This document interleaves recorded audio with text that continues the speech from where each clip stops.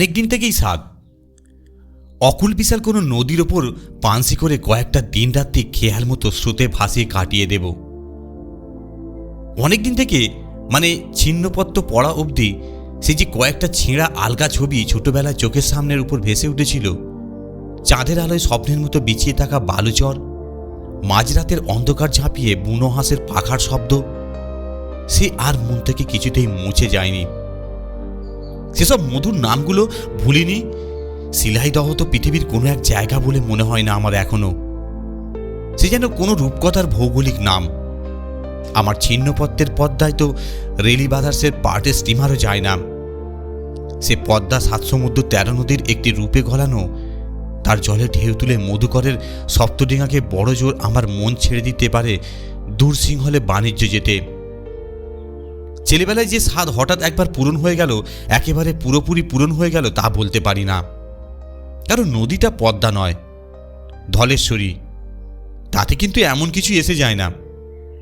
সব নদী আশ্চর্য নদী, এপার থেকে ওপার ঝাপসা দেখলেই হলো, ফুলে উঠলেই হলো হাওয়ায় দূরে নৌকার পাল। আর রাতের অন্ধকারে চঞ্চল জলের স্রোতে ভেসে গেলেই হলো আবার তারার ছায়া। বরং আসল পদ্মায় ঠিক শিলাইদহ নামটি ধরে খোঁজ করতে গেলে খারাপ হতো। মনের ছবির সঙ্গে চোখের ছবির কেবল লাগাতো কাটাকাটি, মারামারি। আমার স্বপ্ন যেত ভেঙে, আর স্মৃতি জমত না মধুর করে। আর আমার ধলেশ্বরীর বা অভাব কিসের? সেও ছোট্টখাটো রণরঙ্গিনী মূর্তি ধরে বর্ষার প্লাবনে ভাঙন ধরায় লোকালয়ের কূলে। তার বুকে চড় জাগে, স্বপ্নের মতো চকাচকির ডাকে তার দুকুল কেঁদে ওঠে অন্ধকার রাত্রে। মাঝারি সাইজের একটি পানসি ভাড়া করে নিলাম। মাঝি মল্লা চাকর বাকর নিয়ে সব শুদ্ধ আমরা 6 জন মাত্র। সত্যি জ্যান্ত মানুষের এমন অদ্ভুত মরা চেহারা হতে পারে এ আমি আগে কখনো জানতাম না। চরণ মাঝির রং কালো। কালো তো সব মাঝি, কিন্তু তার চামড়ায় যেন অপার্থিব বিবর্ণতা, যেন অনেকদিন মাটির তলায় সে চাপা পড়েছিল। এই সবে মাত্র যেন উঠে এসেছে শ্যাওলা ধরা ভিজে মাটি মুছে গা থেকে। লোকটা ধরন ধারণও অদ্ভুত। কথা সে খুবই কম কয়। অত্যন্ত ভারী হাঁড়ির মতো গলায় শুধু একটু আধটু হ্যাঁ না ছাড়া আর কিছুই বলতে শুনিনি, বা মনেও পড়ে না। অন্য মাঝিদের সাথে তার মেলামেশাও নেই, তবুও সবাই যেন একটু সভয় তাকে সমীহ করে দূরে রেখে চলে। সে কেবল তার মরা চামড়া সত্ত্বেও দৈত্যের মতো বিশাল চেহারার জন্যে। সেদিনও মেঘে ঢাকা ভাঙা চাঁদের মরা জ্যোৎস্নার চারিদিকে ছমছম করছে। সন্ধ্যে থেকেই মাঝিদের মধ্যে একটু ফিসফিস শুনছিলাম। রাত একটু হতেই তার কারণটা বোঝা গেল। একজন মাঝি সাহস করে এগিয়ে এসে কান মাথা চুলকে আমতা আমতা করে জানালো যে আমি তাদের যেন ছুটি দিই, তাহলে তারা একটু ভালো করে যাত্রা শুনে আসে। যাত্রা কোথায় হচ্ছে গো? হেসে জিজ্ঞাসা করে জানালাম যে খানিক আগে যে গঞ্জ আমরা পেরিয়ে এসেছি, সেইখানেই নাকি ভারী একটা নামজাদা দল এসেছে। এখন যাত্রা শুনবার ভাগ্য নাকি এ তল্লাটে সহজে মিলবে না। আমার মুখের ভাবে ভরসা পেয়ে এসে আমাকেও সঙ্গে যাওয়ার প্রস্তাব করে ফেললো। এবার হেসে বললাম, না না না না মাঝির পো, আমার অত শখ নেই গো। তবে তোমরা যে শুনে আসতে পারো ইচ্ছে হয়েছে যখন, কিন্তু গঞ্জের ঘাটে আমি তো একা থাকতে পারবো না। মাঝি তৎক্ষণাৎ খুশি হয়ে জানালো যে আমার সে কষ্ট তারা দেবে না। এখান থেকে কতটুকু আর পথ, তারা পাড় দিয়েই হেঁটে যাবে। যাত্রা ভাঙলে ফিরে আসবে ভোরবেলায়, কিন্তু আপনার ভয় করবে না তো? হেসে বললাম, তা যদি করে একটু মন্দ কি। মাঝি সাহস দিয়ে জানালো, এখানে ভয়ের অবশ্য কিছুই নেই। জলঝড়ের সময় নয়, নৌকা নোঙর বাঁধা থাকবে নিরাপদ জায়গায়। হঠাৎ কেন যে জিজ্ঞাসা করলাম জানি না, চরণ মাঝি যাচ্ছিল তোমাদের সঙ্গে? মাঝির মুখে যাচ্ছে বই কি কর্তা শুনে কেমন যেন আশ্চর্য বোধ করলাম। আমি বলেই একটু লজ্জিত হলাম। মাঝিরা সব চলে যেতেই একবারে পানসির কামরার ছাদে উঠে গিয়ে বসেছিলাম।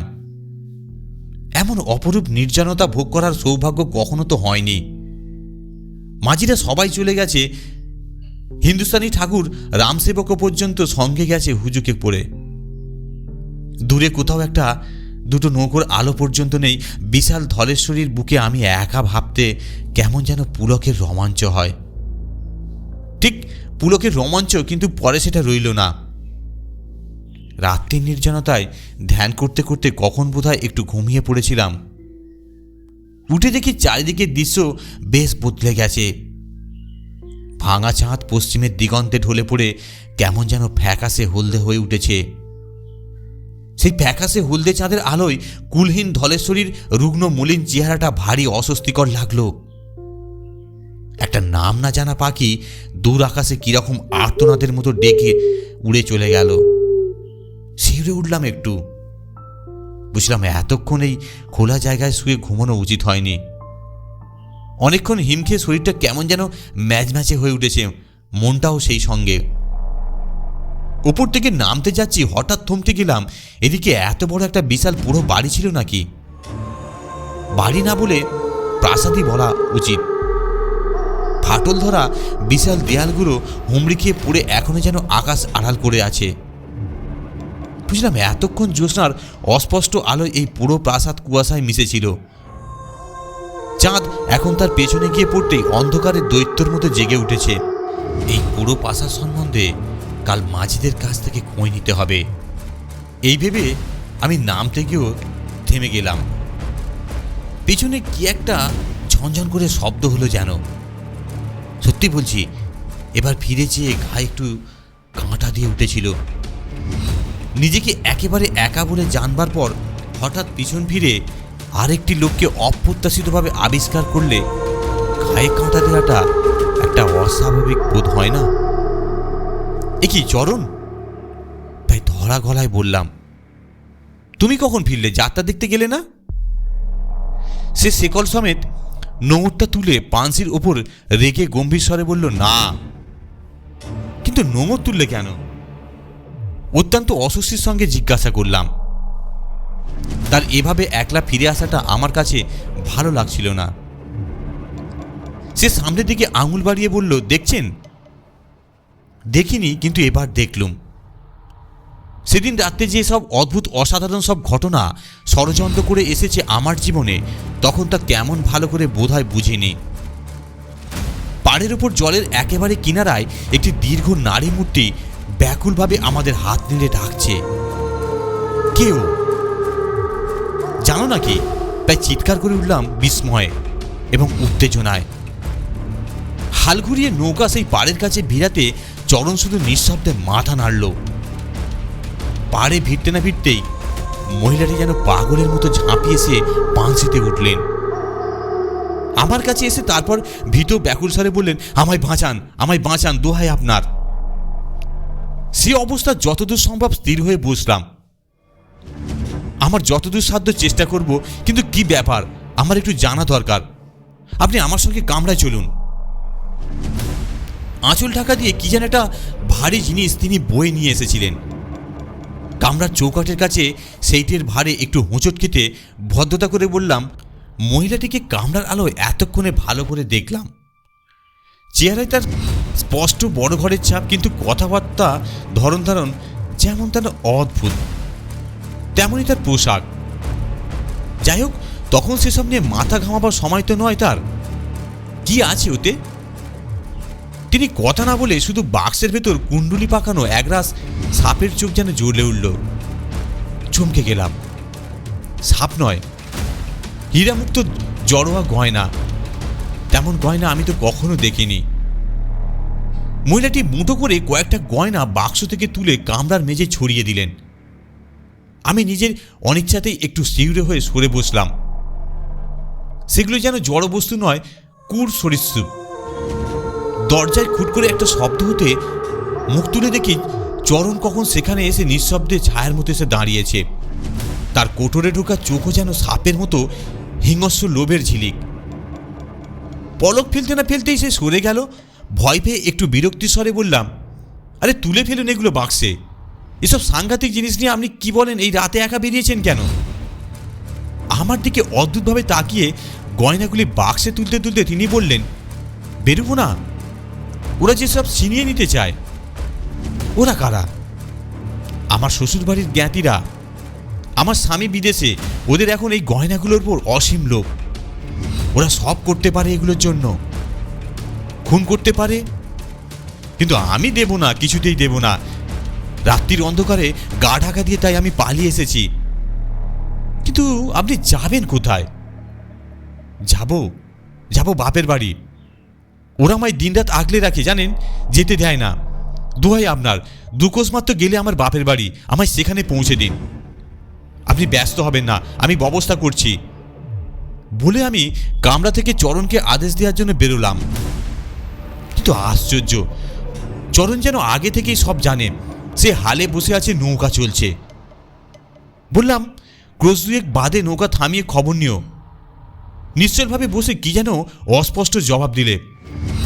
অত্যন্ত বিশ্রী একটা অস্বস্তি নিয়ে আবার আমি কামরায় ঢুকে বসলাম। আমি বাইরে যাচ্ছি, আপনি এ কামরার ভিতর দরজা দিয়ে দিন। তিনি ব্যাকুলভাবে বললেন, না না না না, সে ভয় আরও করবে, আপনি আমার সঙ্গে থাকুন। উত্তরে কিছু বলবার আগেই টলে গিয়ে চমকে উঠলাম। এ কি, নৌকো হঠাৎ করে ঘুরে গেল কেন? চরণ মাঝি হাল ছেড়ে দিয়েছে নাকি? পানসি নিজের খেয়ালে ঘুরছে। টাল সামনে উঠেই বুঝলাম আমার আশঙ্কা মিথ্যে নয়। ডুবে যাওয়া চাঁদের শেষ ক্ষীণ আলোয় দেখলাম ঠিক যমদূতের মতো চরণ এসে কামরার দরজার সামনে এসে দাঁড়িয়েছে। কি হিংস্র লোভ তার অমানসিক চোখ ও মুখে! বুকের রক্ত হিম হয়ে যায় সেদিকে তাকালে। অপরিচিতা মহিলা আতঙ্কে চিৎকার করে বাক্সটি সজোরে বুকে আঁকড়ে ধরে উঠে দাঁড়ালেন। ছুটে বেরিয়ে এলেন বুঝি আমার কাছে সাহায্যের আশায়, কিন্তু বৃথা। আমি বাধা দিতে যেতেই সবল হাতের একটি মুষ্টিতে মাথা ঘুরে সজোরে পড়ে গেলাম কাঠের মেঝের ওপর। মাথায় চোট খেয়ে তখন আমার কিরকম একটা আচ্ছন্ন অভিভূত অবস্থা।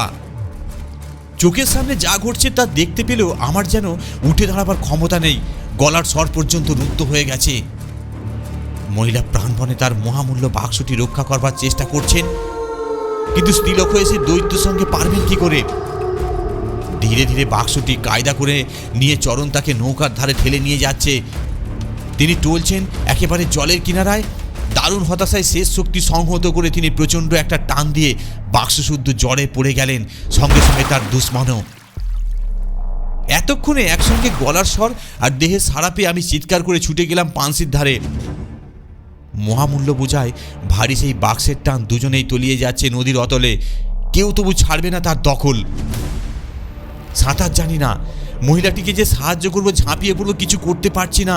আমি আবার চিৎকার করে উঠলাম, যদি কেউ কোথাও থাকে তার সাহায্যের আশায়। চাঁদ ডুবে গিয়ে ভোরের প্রথম নীলচে আলোয় তখন নদীর কুয়াশা তরল হয়ে যাচ্ছে। কটা ইলিশ মাছের ডিঙ্গি বুঝি কাছেই ছিল। চিৎকার শুনে তারা কাছে এসে ভিড়ল। ব্যাকুলভাবে এক নিঃশ্বাসে তাদের যথাসম্ভব সমস্ত ঘটনা জানিয়ে যেখানে তাদের দুজনকে ডুবেছে সেই জায়গাটা দেখালাম। তারা প্রথমে গম্ভীর হয়ে শুনে হেসে উঠল। হেসে জানালো যে এরকম আজগুবি ব্যাপার হতেই পারে না। যত ভারী জিনিসই হোক, একেবারে গায়ে বাঁধা না থাকলে কাউকে একটানে ডুবে নিতে পারে না, তাও আবার দুটো লোককে। হাতে ধরে কড়াকড়ি করতে করতে ডুবলে দুজন না হোক একজন তো ভেসে উঠতই। আর তাছাড়া 2 কোষ কেন, এদিক ওদিক 20 কোষের ভেতর প্রাসাদের মতো কোনো পুরো বাড়ি নদীর ধারে নাকি নেই। দামি গয়নার বাক্স সমেত ওরকম মেয়ে লোক আসবে কোত্থেকে? আমি রেগে বলে উঠলাম, তবে কি আমি মিথ্যে বলছি? বৃদ্ধগোছের একটি মাঝি একটি ডিঙির এক কোণে বসে এতক্ষণ নীরবে তামাক খেতে খেতে আমার কথা শুনছিল। তারা কিছু বলবার আগেই সে এগিয়ে এসে শান্তভাবে বলল, না বাবু, আপনি মিথ্যে বলেননি। আমি জানি আপনি জঙ্গল বাড়ির বৌরানীকে দেখেছেন। তার সমর্থনে একটু ভরসা পেয়ে বললাম, জঙ্গল বাড়ির বৌরানী? তুমি জানো তাহলে? কোথায় জঙ্গল বাড়ি বলো তো? খানিক চুপ করে থেকে নিচে জলের দিকে আঙুল দেখিয়ে সে হঠাৎ বললে, ওইখানে বাবু। আজ 50 বছর হলো জঙ্গল বাড়িকে নদী টেনে নিয়েছে, তবে বৌরানী তার জ্বালা ভোলেনি। এখনো মাঝে মাঝে কারো পানসিতে এসে ওঠেন।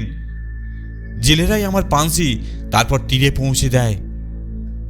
মাঝি মল্লারা যাত্রা থেকে ফিরে ব্যাকুল হয়ে তখন আমায় খুঁজছে। তাদের কাছে জানলাম চরণ মাঝি তাদের সঙ্গে ছিল সারা রাত যাত্রার আসরে। বুঝলাম সব না হয় স্বপ্ন, কিন্তু আমার পানসির নোঙরকে তুললে। পানসির ভাড়া চুকিয়ে পরের দিনই কলকাতায় ফিরছি। কাজ নেই আমার পানসি বিহারে, আমি ছিন্নপত্রই পড়ব। ধন্যবাদ। গল্পটি শোনার জন্য অসংখ্য ধন্যবাদ। আপনারা সুস্থ থাকুন, ভালো থাকুন এই কামনাই করি।